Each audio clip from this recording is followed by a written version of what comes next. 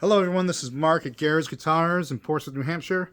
As promised, I'm back, and I am in fact wearing the same shirt as the last video because I'm recording them simultaneously because this is part two, which is the predictions for 2025, trends that I see happening that are going to continue in music, retail, music performance, just general being around musical instruments and amplifiers. So. It's a little hard. It's hard, difficult to predict, especially the future. Here are my predictions. Some of them have to do if you just watched the other video, 2024. Watch that one first, maybe. I don't know if it might be. But what I mentioned in the other one is that ukuleles are on their way out as far as like being so popular in music retail especially, and so that's a trend that we've seen that will continue into this year. Most of the trends that I discussed in 2024 video, the year-end summary, are going to continue into this year, including the used guitar apocalypse, the non-vintage used guitar apocalypse. I wish I had a better name for it, but those secondary and tertiary guitars that people are just kind of getting rid of, things that aren't essential. Maybe it's out of the feeling that they might need the money. Maybe they don't want to be the last person stuck with a otherwise cool Gretsch Electromatic. We've had a lot of trouble selling new Gretsches because there's just so many in the used market, and people selling things on their own in Marketplace and Reverb and stuff. So that stuff has been there's been downward pressure on that pricing. So, which is fine. We've adapted to it. We're like, okay, if you want to pay $500 for a Strat or $400 for a Strat, we'll sell you a $400 Strat, but we're not going to pay $400 for a Strat and resell it for $400. So it's affected how we bought things. I'm not like a lowballer. I always kind of we find the target price, and then we make an offer based on that. It's likeliness to sell at this kind of target price, and so we just scooted down the target prices, and we were very open with the customer. This is why we're offering you $300, because this is what they're selling for. This is what we have to do to it, and this is what we want to make in a margin. And if they're like, well, I could get more selling on my own. Like, please do.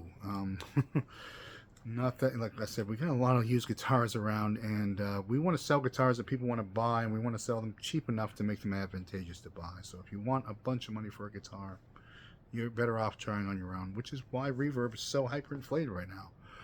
Whew. Anyways, back to 2025. So, I believe we might have reached peak premium pedal. Pedals are great. People love pedals. I love pedals. They're magical little things that you can mix and match. You can buy something for $100-ish bucks, and just you can make a nice little change in your life, and you can have fun with it. And so please buy pedals. I love them. But I think the $600 Pog is not flying off the shelves, and these very sophisticated pedals that must be expensive because there's a lot of processing and memory and all that in them. We've seen those slow down as far, and in the used market, some comes in, we're like, here's a UA pedal that's going for $1,000 or something, or I spent $1,000 on a year ago and I want my $1,000 back, and it's like, the used market, they're $400 right now, because there's just not a lot of appetite for spending a lot of money on. So I'm not saying pedals are done, but I'm just saying super premium, expensive pedals. That's my prediction. And all the companies are adapting pretty well. MXR, a couple of our brands that we like to sell, Electro Harmonics and MXR, they've always been about their classic stuff and keeping the price points kind of classic as well. So it doesn't affect them as much as some of the boutique companies started giving out deals for like the first time ever. They've been notoriously tight on margins because they like to sell things directly as well, and they're manufacturer and marketer of their own stuff, and they're calling up a little more with like, oh, if you want this, we can give you a deal on this. So the super premium pedals they're going to trend out a little bit. The little amp trend is going to continue. Littler bass amps for sure. People using smaller kind of redesigned amps. And then also when we look at something like the Mustang, Mustang 4, the new Mustang series from Fender, that has the menu knob and a button on it, and you can plug into USB connectivity, and you can do things on the app and send them around or some stuff. That thing that I would call crap, but no, the super connectivity. I'm old fashioned. I like to plug my guitar into an amp, turn it up, and play. I plug into a few pedals on the way in sometimes, but I will not plug a pedal into a USB jack on a computer or Bluetooth it to something. But that's going to become more and more accepting. People using apps for amplifiers, that's going to be more and more kind of a thing. Bringing your signal into the guitar with a Bluetooth signal, or bring your signal to an amp with something that's like some kind of proprietary kind of wireless signal.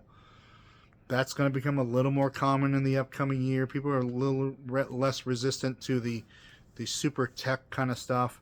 So maybe it's going to be spreading in two directions. People like me are just going to double down on, like, I don't want a USB connection. I don't want to Bluetooth my phone to my amp in order to make amp models and hand them back and forth, or whatever the thing is.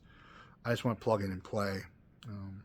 And then on the other side of it, people are just used to using, tapping and stretching, using gestures on a screen and scrolling through menus. And so there's going to be more of that on that side and less of it on the less of it side. Less things are going to be up, sophisticated and not digital. So peak pedal, I'm just kind of going over my little list here. So I guess that, and then we're going to see a continuation of the used guitar recession, I guess you would call it. We're still going to have too many used guitars on the market for a little while. Guitar makers are innovating a little bit. I'm feeling hopeful for it. The NAMM show is coming up.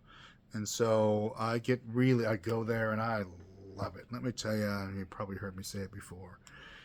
It's because I'm a recording engineer, I'm a performing musician, I'm a guitar store owner. Like, everything there is for me. I just run around to all the halls and check out all the gear, and it reinvigorates me in so many ways. And so looking forward to that coming up real soon.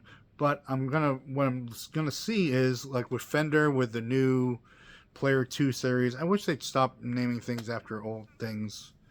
We're on the Mustang 4 and the Player 2 and but Player 2 series, Ventura 2 series, and there's going to be a 3 series probably, because that's already a year old. But they're doing more to differentiate some of the new guitars coming out. Kind of like they did with the Player series. The original Player series, the big deal was, okay, this is twice as much as you paid for your Made in Mexico Telecaster 10 years ago. However, this is a great Telecaster. Therefore, we're going to ask for $800 instead of $400. And people kind of agreed to it. They're like, yeah, this is the Made in Mexico, the new standard series, which the American standard was the mid-range. And then it became, I think briefly they said a Mexican standard, so the Mexican standard and American standard. And then all the standard series became Player series. So, yes, in the coming year, we're going to see manufacturers kind of try to get out of their own little ruts because they really see it. I think they feel it and they see it. And it's going to be fun to watch. So, that's my 2025 predictions. Thanks for watching. Check out all the other videos here on YouTube. Subscribe and all that stuff. I keep forgetting to ask for subscriptions, but it does help. And I've got a couple hundred other videos here, so check it out. Some are like this, just talking about stuff, but some are demonstrating stuff and showing you stuff. And we'll see you soon. Thanks for watching.